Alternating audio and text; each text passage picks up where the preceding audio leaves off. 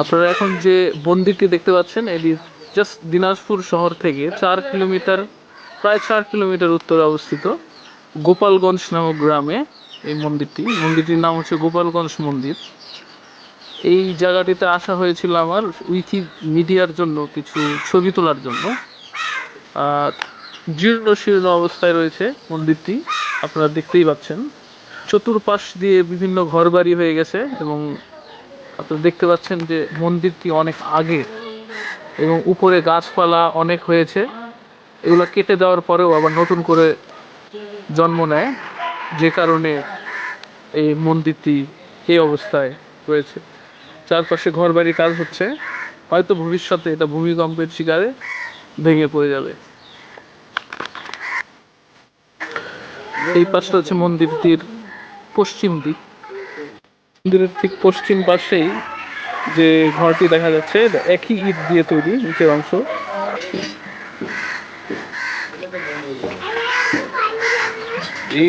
পশ্চিম দিক থেকে পূর্ব দিকের ভিউ।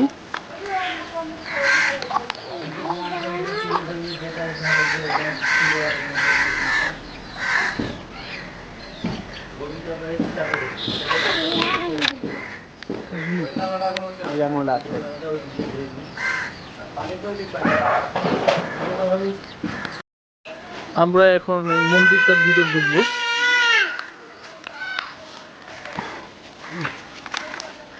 এই মন্দিরে অনেক বিদেশি দর্শনার্থীরা প্রবেশ করে, যারা স্থানীয় তাদের ভাষ্যমতে। এই হলো ভিতরকার উপরের দিক।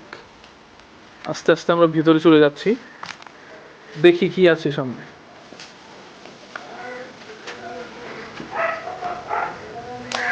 এই হলো নিচতলা, ভিতরকার দিক, গম্বুজ আকৃতির।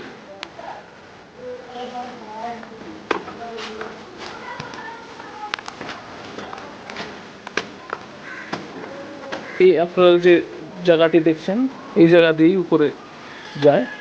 চলুন দেখি।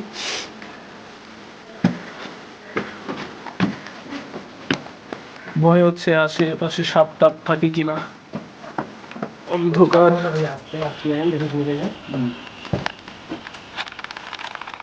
আমার সাথে আরো দুইজন আছে। অন্ধকার, ওই তো আলো দেখা যাচ্ছে।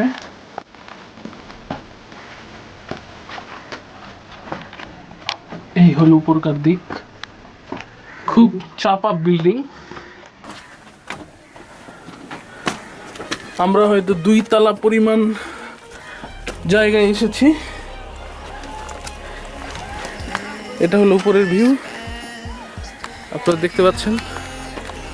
ওই পাশে দিনাজপুর ছাড়ার রোড, অটো রাইস মিল।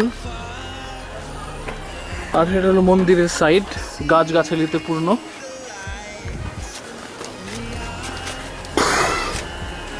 এই হলো উপরের দিক।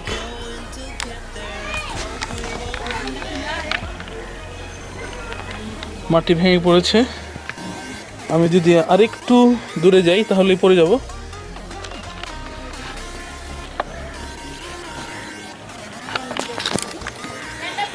এদিক থেকে আমরা এখন দেখি 3 তলার দিকে যাব। আমরা 3 তলায় কি ওয়েট করতেছে আমাদের জন্য।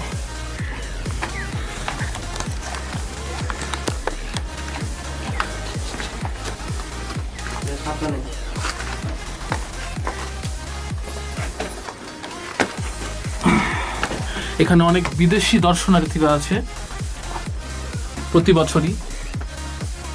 খুব সম্ভবত এই যে জায়গাটা দেখতে পাচ্ছেন আপনারা, এখানে মোমবাতি রাখা হতো বা কোনো কুপি।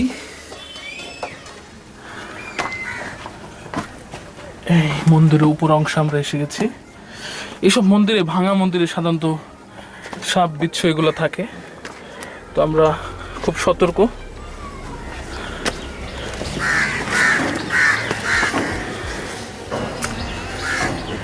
এই হলো 3 তলার ভিতর,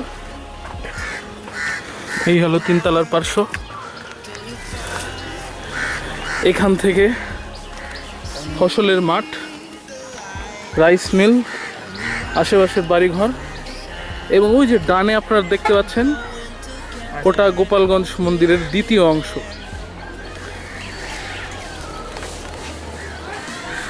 জিম করে।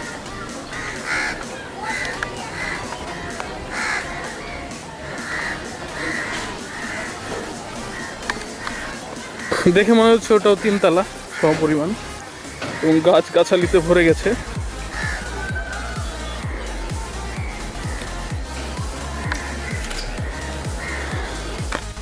তিন তলার উপরে মন্দিরের যে অংশটুকু সেটা আপনারা দেখতে পাচ্ছেন গাছগাছালিতে ভরে গেছে। সামনে হয়তো আরেকটু উঠা যাবে, কিন্তু সমস্যা যদি ভেঙে পড়ে। তো এখন যেটা আমি বলছি, এই মন্দিরের ভিতর শব্দ প্রতিধ্বনি হচ্ছে। হ্যাঁ, এই মন্দিরটার নাম হলো গোপালগঞ্জ মন্দির। আমি ঠিক 3 তলায় এসেছি। এই সাইডটা আপনারা দেখতে পাচ্ছেন, এদিক থেকে বিভিন্ন দৃশ্য দেখা যায়। ওয়ালটা উপরে গম্বুজ আকৃতি। হ্যাঁ, কিন্তু এটা মুসলিম নয়, এটা হিন্দুদের একটা মন্দির। এই যে ছোট ছোট জায়গা, এই জায়গাগুলোতে খুব সম্ভবত মোমবাতি অথবা কুপি রাখা হতো, এবং খুব সম্ভবত মন্দিরের যারা ঠাকুর আছে বা মন্দিরের যারা পুরোহিত, তারা এই জায়গাটাতে তারা ধ্যানমগ্ন অবস্থায় থাকতেন। এখন আমাদের নামার পালা, নামছি। নামাটাও খুব ডিফিকাল্ট। পূর্বে নিশ্চয়ই সিঁড়ি ছিল, কিন্তু এখন সব ভেঙে শেষ।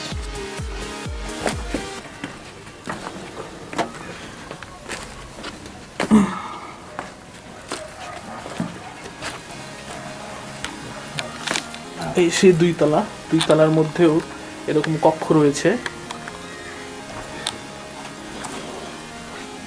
আস্তে আস্তে আমরা নিচের দিকে নেমে যাচ্ছি। এটা যে কোনো মোটা মানুষের জন্য নিশ্চয়ই খুব কষ্টসাধ্য ব্যাপার। জানি না বিদেশিরা কিভাবে মানে সুন্দর একটা আভা দেখা যাচ্ছে।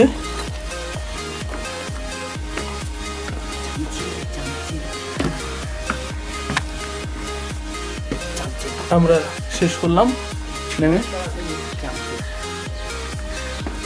আপনারা চামচিকা দেখতে পাচ্ছেন,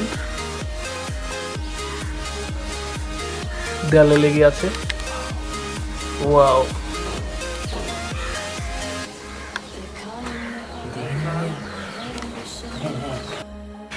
এখন আমরা ফিরে যাব।